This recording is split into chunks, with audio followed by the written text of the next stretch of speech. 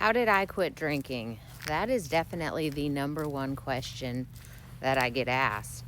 And I don't have some secret formula I figured out, or I didn't discover something that made quitting drinking easy. And I think sometimes when people are asking, they're hoping that I can tell them something that they haven't heard before, because they've probably tried quitting drinking in the past so many times, much like I had. So it happened like this. Sober TikTok had started showing up on my For You page, which I know wasn't a coincidence. My algorithm knew I had a drinking problem. And at first it annoyed me, but at the same time I couldn't stop watching it because I found it so relatable. And for the first time I felt like I wasn't alone. I wasn't the only one that was struggling with addiction to alcohol. And there was one creator on here specifically, Daniel Patterson, and he made a video saying that he was going to be sponsoring a Sober September. It would be a 30-day challenge to not drink. I very impulsively signed up for it. I honestly didn't think I was going to make it 30 days not drinking, but I figured at this point, what do I have to lose? The first week was horrible, as expected. But as I got towards the end of those 30 days, which I was surprised I made it through, and also I only had the intention of not drinking for those 30 days. I was planning on getting drunk October 1st. But as I got to the end of the month, I noticed where I started to see some benefits.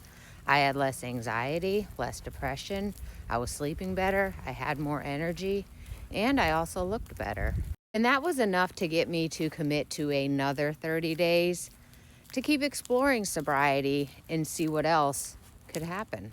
And that 30-day commitment turned into what is now almost 29 months of sobriety.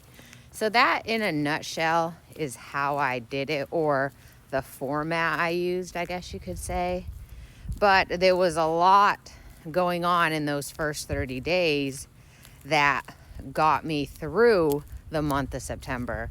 I used a lot of tools. I joined a community. A lot of it was trial and error, like this doesn't work, but maybe this will. And I learned a lot about myself in the process, how my mind thinks, how I work on a reward system, and then would have to find other things to reward myself with besides alcohol. It definitely wasn't easy. It's probably one of the hardest things I've ever done in my life. But looking back, I can see where before my last day one, I definitely overcomplicated in my mind how I would quit drinking. Like I thought there has to be something else to it. There has to be something that I don't know, and when I figure it out, it's going to click.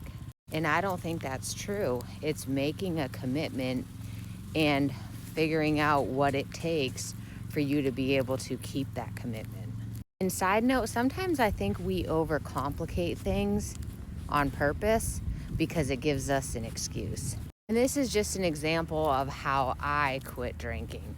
And I know it's not for everybody. Yes, I quit drinking cold turkey. No, I didn't go to rehab. No, I didn't go to detox. No, I didn't take any medications. But I know that's not for everybody, because for some people, it's not safe to quit the way that I did. So if you're watching this and you're thinking, what should I do? Where should I start? This would be my simple advice for you. Pick a time frame and commit to that. It can be 2 weeks. And don't think beyond those 2 weeks, or pick a time frame that's going to challenge you. And commit to that. And if you make it to those 2 weeks, push the goalposts out and go a month. You have to give change a chance. You have to create an environment for change to happen. And the alcohol has to go. But one thing I found, that in long-term sobriety, what starts as a commitment, later on, desire catches up to that commitment. It's amazing what can happen from just a simple commitment to a short time frame.